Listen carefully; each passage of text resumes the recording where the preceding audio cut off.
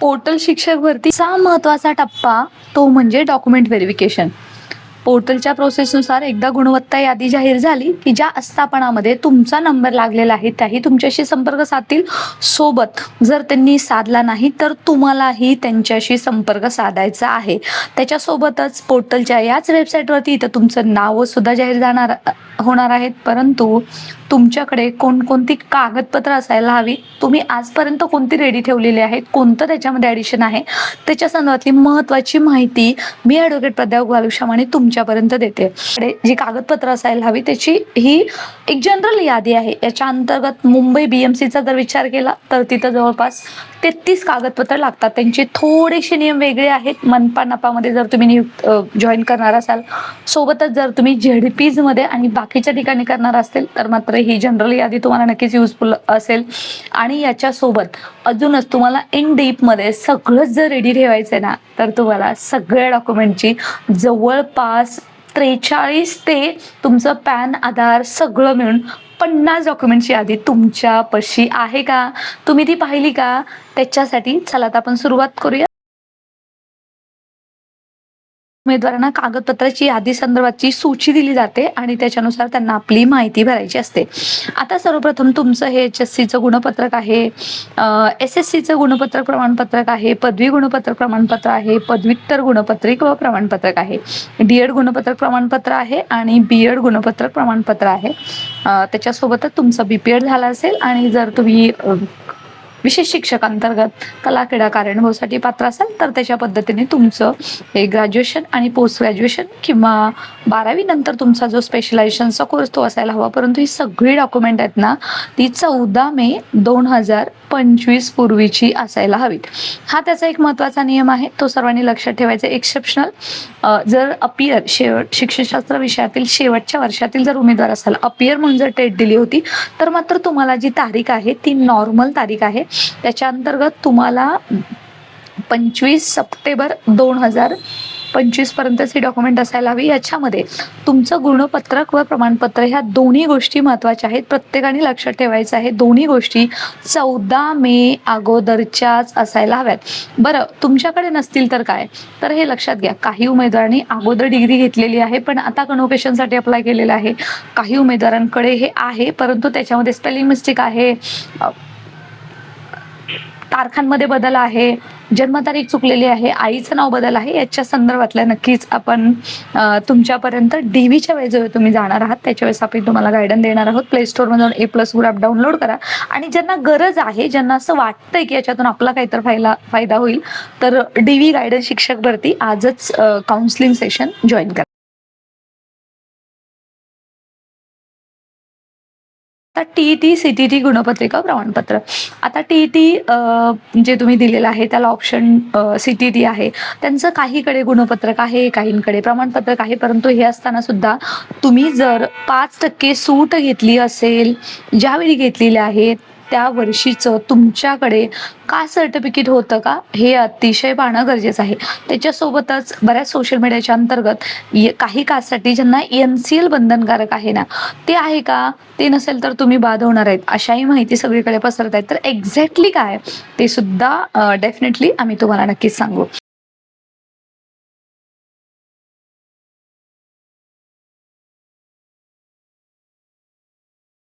CTT वगैरे डाउनलोडच होत नाही, त्यांनी काय करायचं, डेफिनेटली प्रत्येक केसेसनुसार त्यांचे जे इश्यू आहे ते बदलत आहे. त्याच्यामुळे इथं सांगितलं की ज्यांच्याकडे आहे त्यांचा पण गोंधळ उडून. आता उमेदवारांची टेट अर्जाची स्वप्रमाणपत्र आहे.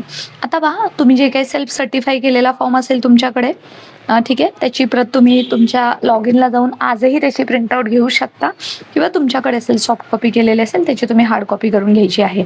त्याच्यासोबतच निकालाची प्रत, TAIT जो आपण निकाल दिला होता IPPSच्या वेबसाईटवरून तुम्ही तो डाउनलोड करून घेतला असेल, तुम्हाला तो भेटत नसेल त्याचा तुम्ही स्क्रीनशॉट काढला असेल, सोबतच तुमचं गुणवत्ता यादीमध्येही नाव असेल तर ॲक्च्युली ते व्हॅलिड कसं पकडणार आहे एवढंच याचा विषय संपत नाहीये.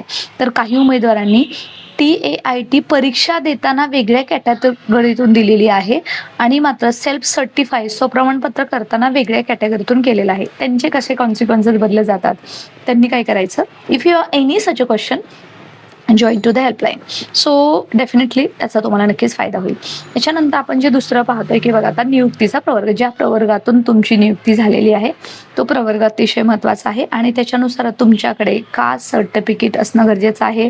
त्याच्यासोबतच व्हॅलिडिटी असणं गरजेचं आहे आणि नियुक्तीच्या प्रवर्गांतर्गत हॉरिझॉन्टल रिझर्वेशनचा व्हर्टिकल रिझर्वेशनचा सुद्धा तुम्ही विचार करायचा आहे. ते सुद्धा तुमच्याकडे व्यवस्थित ठेवायचं आहे. येस, आता बऱ्याच उमेदवारांकडे व्हॅलिडिटी सध्या असणं शक्य नाहीये. काही उमेदवारांकडे व्हॅलिडिटी असेल, त्यांनी शिक्षणासाठी काढलेली असेल, काहींकडे असेल, पण नसेल तर काय, इथं व्हॅलिडिटी सुद्धा 14 मे 2025च्या पूर्वीची मागितलेली आहे. बरं, ही व्हॅलिडिटी आता एखाद्या उमेदवाराकडे नसेल तर त्यांनी काय करायचं, तर ते अलाव करतात का? वास्तविक पाहता जिथे आपण नोकरी करतो तिथे आपल्याला संधी दिली जाते कास्टची व्हॅलिडिटी काढण्यासाठी आणि तिथल्या बेसवरती आपल्याला व्हॅलिडिटी काढता येते. पण प्रत्येक ठिकाणी असं होईलच असं नाही आहे, किंवा तसं झालं तर काय, डेफिनेटली त्याच्यावरती सोल्युशन आहे. त्याच्यानंतर आता आपण पाहतोय की एज, नॅशनॅलिटी, डोमिसाईल सर्टिफिकेट. तर तुमच्याकडे डोमिसाईल सर्टिफिकेट असेल, त्याच्यासोबतच जुनं असेल, नवीन असेल, काही फरक पडत नाहीये. तुमच्या वडिलांच्या नावाचं असेल महिलांच्या बाबतीमध्ये, किंवा त्यांच्या लग्नानंतर काढलेलं आहे, रिसेंटली काढलेलं आहे, चालू वर्षाचं चालणार आहे, त्यामुळे याच्यामध्ये कोणताही फरक पडणार नाही. सोबतच कास्ट सर्टिफिकेटमध्ये अजून एक गोष्ट मला क्लिअर करावीशी वाटते. त्याच्यामध्ये EWS आहे आणि त्यांना म्हणजे सध्याच जे आहे चालू वर्षातलं ग्राह्य धरलं जाणार आहे सर्टिफिकेट सुद्धा. आणि अर्थातच नॉन क्रिमिनल सुद्धा हे तुम्हाला रेडी ठेवायचं आहे. कारण इथं बघा, इथं दिलेलं आहे नॉन क्रिमिनल प्रमाणपत्र हे चालू वर्षातलं असलं तरी चालेल, शैक्षणिक वर्षातलं, किंवा जेव्हा तुम्ही सेल्फ सर्टिफाय केलं होतं तेव्हाचं असलं तरी सुद्धा ते ग्राह्य पकडलं जाणार आहे. त्यामुळे त्याच्याबद्दल आता तुमच्या मनामध्ये ज्या काही शंका असतील, आय होप की त्या संपल्या असतील. त्याच्यानंतर आता MSCIT प्रमाणपत्र. आता मुंबई BMC मध्ये जर MSCIT प्रमाणपत्र कंपल्सरी आहे मनपा नपामध्ये, परंतु बाकीच्या आस्थापनामध्ये काय, तर बाकीच्या आस्थापनामध्ये अर्थातच त्यांचं MSCIT झालेलं असावं ते प्रमाणपत्र मागतात. परंतु काही केसेसमध्ये मी पाहिलेलं आहे, रिक्वेस्ट केल्यानंतर ना त्यांना MSCIT कम्प्लीट करण्यासाठी सुद्धा संधी दिलेली आहे. या केसेस मी स्वतः हँडल केलेल्या आहेत म्हणून तुमच्यापर्यंत सांगते. बरं, तुमच्याकडे असेल तर वेल अँड गुड. महिला आरक्षण प्रमाणपत्र.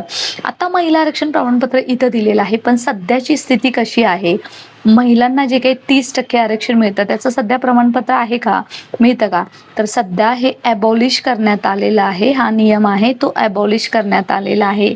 त्यामुळे हे प्रमाणपत्र नसेल आणि तुम्ही परीक्षा देताना सोबतच जर तुम्ही सेल्फ सर्टिफाय करताना महिलावरती टिक केलेला आहे तर तुम्हाला याचा लाभ होणार आहे. ठीक आहे, सो आता तुम्ही त्याचं टेन्शन घेऊ नका. त्याच्यासोबतच बघा, आता हे लहान कुटुंबाचं प्रमाणपत्र आहे की नाही, तिसरे अपत्य नसल्याबाबतचा दावा, त्याच्या अंतर्गत जो एक फॉर्मॅट आहे तो आपलं व्हॉट्सअप टेलिग्राम जॉईन करा. या व्हिडिओच्या डिस्क्रिप्शन बॉक्समध्ये लिंक आहे, किंवा आपलं ॲपमध्ये शासकीय निर्णय GR तिथे सुद्धा अपलोड करून ठेवलेला आहे. आपल्या वेगवेगळ्या हेल्पलाईनच्या बॅचेस आहेत तिथे सुद्धा तुम्हाला मिळून जाईल. तर त्याच्यामध्ये तुम्हाला तिसरं अपत्य नाही आहे, 2 अपत्य कंपल्सरी आहेत, ते तुम्हाला त्याचं डिक्लेरेशन द्यावं लागतं आणि ते तुम्हाला घेऊन जायचं असतं DVला जात असताना. त्याच्यानंतर नियुक्ती प्रकार, तुमची कोणत्या नियुक्त्यातून कोणत्या आरक्षणांतर्गत नियुक्ती येते. फक्त मी मगाशी सांगितलं होतं सर्टिफिकेट कुणाला लागत नाहीये, तर फक्त हे जे आहे ते महिला आरक्षण अंतर्गत इथं सर्टिफिकेट लागत नाही. पण याच्या अंतर्गत सर्टिफिकेट लागतं का, येस, याच्या अंतर्गत सर्टिफिकेट लागतं. जर तुम्ही भूकंपग्रस्त, प्रकल्पग्रस्त, खेळाडू, अंशतः अनुदानित, इव्हन अनाथ, दिव्यांगमध्ये मोडत असाल तर मात्र तुम्हाला हे सर्टिफिकेट असणं गरजेचं आहे. सगळी सर्टिफिकेट 14 मे 2025 पूर्वीचीच ग्राह्य धरली जाणार आहेत. त्याच्यासोबतच ओळखपत्र तुमच्याकडे कोणकोणतं असायला हवं, आधार कार्ड, पॅन कार्ड, मतदान कार्ड, ड्रायव्हिंग लायसन यापैकी कोणतेही एक. आता हे जरी तुम्हाला दिलं आणि तुम्ही पाहताय की या भरतीमध्ये 1.1 भरती आहे, त्यामुळे जरी इथं कोणतं एक दिलं असलं तरी तुम्हाला आधार कार्ड मस्ट आहे, पॅन कार्ड मस्ट आहे. तुम्ही जे नाव सध्या वापरताय त्याच्यानुसार तुमच्याकडे आहे का ते पहा आणि त्याच्यानुसार तुम्हाला त्याचा लाभ घेता येणार आहे. ते सगळं तुम्हाला रेडी ठेवायचं आहे. बँकेमध्ये अकाउंट असणं गरजेचं आहे. ते सगळं आपण हेल्पलाईनच्या माध्यमातून तुम्हाला सांगितलेलं आहे, सांगत सुद्धा आहोत. त्याच्यासोबतच पहा, आता उमेदवार खेळाडू, अपंग, प्रकल्पग्रस्त, माजी सैनिक, अंशकालीन लागू असल्यास त्याच्या संदर्भातलं प्रमाणपत्र, जसं मी तुम्हाला सांगितलं होतं समांतर आरक्षणचा कोणता प्रवर्ग आहे त्याच्यानुसार माजी सैनिक, आजी सैनिक सवलत प्रमाणपत्र ते सुद्धा असणं गरजेचं आहे. पात्र अपात्र कारण सुद्धा असणं गरजेचं आहे. आणि एवढंच नव्हे तर लक्षात घ्या, याच्या अंतर्गत आता सध्या पेसा क्षेत्रातली भरती आहे, पेसा क्षेत्रातली भरती आहे, त्याला मान्यता मिळालेली आहे. त्यामुळे तो दाखला सुद्धा तुमच्याकडे असणं गरजेचं आहे जर तुम्ही त्या कॅटेगरीचा लाभ घेत आहात. म्हणजे त्याच्या अंतर्गत तुम्ही लाभार्थी असाल तर हा दाखला तुमच्याकडे मस्त आहे, तुमच्याकडे तो असायलाच हवा. याच्यासोबतच अजून कोणकोणती कागदपत्र लागतात तर याच्यासोबतच जी प्रोसेस होते ना ती अशी होते की पहिल्यांदा तुम्हाला DV साठी बोलवलं जातं. DV मध्ये हे सगळे कागदपत्र सोबतच अजूनही इतर कागदपत्र, जसं की आपण मुंबई BMCचा विचार केला तर प्रकल्पग्रस्त आणि जे काही समांतर आरक्षणचं आहे ते त्यांच्याच रेशिओमधलं त्यांचं जे काही आहे, जे काही मुंबई BMCचं शुद्धीपत्रक सुद्धा तुमच्यापर्यंत मी पोहोचवलं होतंच, त्याच्यानुसार ते लागतं. बाहेरचं ते अलाउड करत नाही, स्पेशली प्रकल्पग्रस्त भूकंपग्रस्त. त्याच्या अंतर्गत तुम्ही ते व्यवस्थित पाहून घ्या. त्याच्यानुसार तुमच्या जे काही LC आहे, TC आहे तोही तुम्हाला गरजेचा असतो, कारण त्याच्यानुसार तुम्हाला वय सुद्धा कॅल्क्युलेट करायचं असतं. अशा पद्धतीने एवढ्या कागदपत्र असताना तुम्हाला नंतर अजून एकदा कॅरेक्टर सर्टिफिकेटसाठी गरजेचं असतं ते म्हणजे पोलीस व्हेरिफिकेशन. आता पोलीस व्हेरिफिकेशन म्हणजे काय? जोपर्यंत तुमचं पोलीस व्हेरिफिकेशन होत नाही तोपर्यंत ZP, मनपा, नपा तुम्हाला जॉबचं डायरेक्ट नियुक्ती लेटर देत नाहीत.